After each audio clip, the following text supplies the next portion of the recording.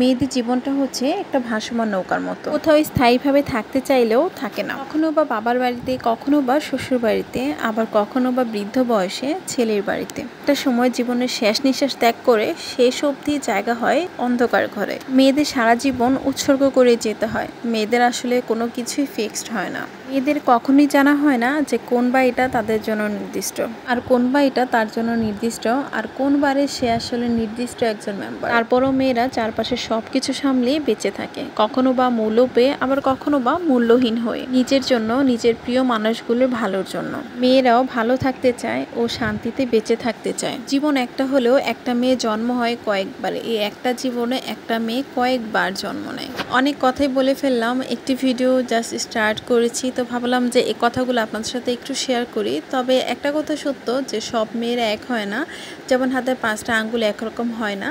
তো কিছু কিছু মেয়েদের জন্য আসলে সমস্ত মেয়েদের দুর্নাম হয়, তো সেটাই স্বাভাবিক, কারণ সব সময় তো আর সবাই তো আর একরকম হতে পারে না। তো যাই হোক, কথা বলতে বলতে এই যে আমি কিন্তু পোলাওটা রান্না করে নিচ্ছি। আর এই ভিডিওটা অনেক দিন আগের ভিডিও, আর আমি তো প্রায় 1 থেকে 1 মাসের মতো আর কি কোনো ভিডিও আপলোড করি না, কারণ মন মানসিকতা কোনো কিছুই ভালো লাগে না, তো তার জন্য কোনো ভিডিও আমি আপলোড করতে পারি না। আসলে কি, নিজের মন যদি ভালো থাকে সব কিছু করতে ইচ্ছা করে। আর মন ভালো রাখার জন্য অনেক কিছুই ট্রাই করি, অনেকবারই ভাবি আসলে মনটা ভালোই রাখা যায় না। নিজে সুস্থ থাকলে, নিজের মন মানসিকতা ভালো থাকলে সব কিছু করতেই খুব ভালো লাগে। যাই হোক, পোলাওটা রান্না করেছি গাজর কুচি দিয়ে, আর পোলাওটা তো একেবারে সিম্পলভাবে রান্না করেছি। আর সচরাচর সবাই তো এইভাবেই আমি মনে করি পোলাও রান্না করে থাকে, তো আমিও একেবারে সিম্পলভাবে রান্না করে নিচ্ছি। তো এখানে পানি দিয়ে ঢাকনা দিয়ে ঢেকে রেখে দিলাম, আর এদিকে একটু মুরগি মাংস রান্না করব, মানে একটু ভুনা করব আর কি। তো তার জন্য চুলার মধ্যে কড়াই বসিয়ে এর মধ্যে কিছু আস্ত মশলা দিয়ে এই যে পেঁয়াজ কুচি দিয়ে দিলাম। পেঁয়াজ কুচিটা আর কি একটু ভেজে নিচ্ছে। পোলাওটা যেমন সিম্পলভাবে রান্না করেছি, যে মুরগি ভুনাটাও কিন্তু একেবারে সিম্পল করে করব। আসলে কিছু কিছু সিম্পল খাবার অনেক বেশি ভালো লাগে। সবসময় দেখা যায় একেবারে স্পেশাল করতে গিয়ে অনেক কিছু বা দুধ অনেক কিছু দেওয়া হয়, তো সেক্ষেত্রে দেখা যায় স্পেশালটা ঠিক আছে, সেটা একটু মাঝে মাঝে খুবই ভালো লাগে, তবে সবসময় আসলে স্পেশাল খাবার একটু ভালো লাগে না। তো ভাবলাম আজকে পোলাওটা একেবারে সিম্পলভাবে রান্না করি। তো এই যে পোলাওটা কিন্তু একেবারে সিম্পল রান্না করছি। আর এদিকে অন্য চুলায় যে মুরগি মাংসটা বসিয়ে দিয়েছি, পেঁয়াজটা হালকা করে ভেজে নিয়েছি, একটু সফট হয়ে আসলে দিয়ে দিচ্ছি আদা রসুন। আর এই যে আদা রসুন বাটাটা একটু বেশি পরিমাণে দিচ্ছি আর কি, যেহেতু মুরগি মাংসটা একটু বেশি পরিমাণে, তার জন্য একটু আদা রসুন বাটার পরিমাণটা আমি একটু বেশি করে দিচ্ছি। তো এগুলো দিয়ে একটু ভেজে নিচ্ছি তেলের মধ্যে, যেন আদা রসুন বাটার যে একটা কাঁচা স্মেল থাকে সেটা আর কি না পাওয়া যায়। তো এরপর যে একে একে সব মশলা দিয়ে দিচ্ছি, হলুদের গুঁড়া, মরিচের গুঁড়া, ধনিয়া গুঁড়া, জিরার গুঁড়া, গরম মশলা গুঁড়া, সব কিছু আমি একে একে দিয়ে দিয়েছি। আর হ্যাঁ, লবণ কিন্তু দিয়েছি। সব কিছু দিয়েছি, ভালোভাবে একটু মেরিনেট মানে কষিয়ে নিচ্ছি, সরি। তো এই যে এদিকে কষিয়ে নিলাম, আর অন্যদিকে কিন্তু দেখুন পোলাওর কালারটা কিন্তু মাশাআল্লাহ অনেক সুন্দর এসেছে, তাই না? যেহেতু গাজর দেওয়া হয়েছে, মনে হচ্ছে যে সাদার মধ্যে কালারটা অনেক সুন্দর ফুটে উঠেছে। আর আমি প্রায় সচরাচর তেমন পোলাওর মধ্যে গাজরটা খুবই অত একটা পছন্দ করি না। তো যাই হোক, এই যে উপর দিয়ে আমি ঘি দিয়ে দিচ্ছি, আর ঘিটা দিয়ে এখন একটু নেড়ে চেড়ে ঢাকনা দিয়ে ঢেকে দমে রেখে দেবো, তাহলে কিন্তু পোলাও রান্নাটা একেবারে কমপ্লিট হয়ে যাবে।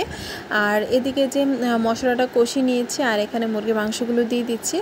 একেবারে রেগুলার পিস করে যেভাবে মুরগি মাংস রান্না করি আমরা সবাই বাসায়, সেভাবে কিন্তু রান্নাটা করছি। তো এই যে মুরগি মাংসটা দিয়ে একটু ভালোভাবে নেড়ে চেড়ে এখন মুরগি মাংসটা একটু কষিয়ে নেব। আর যেহেতু ব্রয়লার মুরগিটা কিন্তু একটু ভালোভাবে কষিয়ে নিলে খেতে অনেক বেশি ভালো লাগে। আর হ্যাঁ, প্রথমে বলেছিলাম যে একটু ভুনা করব, আসলে ভুনা করছি না, এখানে একটু আলু দিচ্ছি, কারণ আমাদের বাসায় সবাই খুব বেশি আলু পছন্দ করে, বিশেষ করে আমার ছেলে তো অনেক বেশি পছন্দ করে। তো তার জন্য দেখা যায় ভুনা করতে চাইলেও কিছু না কিছু আলু একটু দিতেই হয়। তো তাই যে আলু দিয়ে নিচ্ছি, আর আলু দিয়ে একটু কষিয়ে নিচ্ছি। আর যে অন্যদিকে কিন্তু পোলাওটাও রান্না করা একেবারে হয়ে গেছে। আর এখানে কিছু মুরগি মাংস নিয়েছি, এগুলো একটু ভেজে মানে ভাজার জন্য আর কি। তো এই যে আমার কিন্তু রান্নাটা প্রায় কমপ্লিট হয়ে গেছে। আর আজকে ভাবলাম যে মুরগি মাংসটা রান্নার পরে একটু বাগার দিয়ে নেব, কারণ বাগার দিয়ে আসলে মুরগি মাংস রান্না করলে বা গরুর মাংস রান্না করলে খেতে কিন্তু অনেক বেশি ভালো লাগে। তাই আর কি আজকে যে মুরগি মাংস রান্নার পরে যে এখন আমি নামিয়ে নিব, তার আগে আমি একটু পেঁয়াজটা একটু বেরেস্তা করে দিয়ে দিলাম, আর সাথে তেলটুকু কিন্তু দিয়ে দিয়েছি। আর লাস্ট পর্যায়ে কিছুটা ভাজা জিরা গুঁড়ো দিয়ে একটু নেড়ে চেড়ে নামিয়ে নেব। আর এভাবে পেঁয়াজ বেরেস্তাটা করেছি তো লাস্ট পর্যায়ে মুরগির মাংসের উপর দিয়ে এরপর নাড়াচাড়া করে নামানো হয়, তাহলে কিন্তু টেস্টটা একটু অন্যরকম এসে পড়ে, খেতে অনেক বেশি ভালো লাগে। তো যাই হোক, এই যে দেখুন কালারটা কত সুন্দর এসেছে, তাই না? আর রান্নাবান্না কিন্তু আমার সব কিছু একেবারে কমপ্লিট হয়ে গেছে। আর এই যে পোলাওটা দেখুন অনেক সুন্দর হয়েছে, রান্নাও কমপ্লিট হয়ে গেছে। বাঙালি আর আমাদের কিন্তু সিম্পল খাবারই অনেক বেশি পছন্দ। দেখা যায় মাঝে মাঝে একটু স্পেশাল না হলে আসলে হয় না, তবে সিম্পল খাবারটা কিন্তু রেগুলার বেসিস খাবারের জন্য আমাদের অবশ্যই প্রয়োজন। তো যাই হোক, আজকের জন্য এই পর্যন্ত। সবাই ভালো থাকবেন, সুস্থ থাকবেন। আল্লাহ হাফেজ।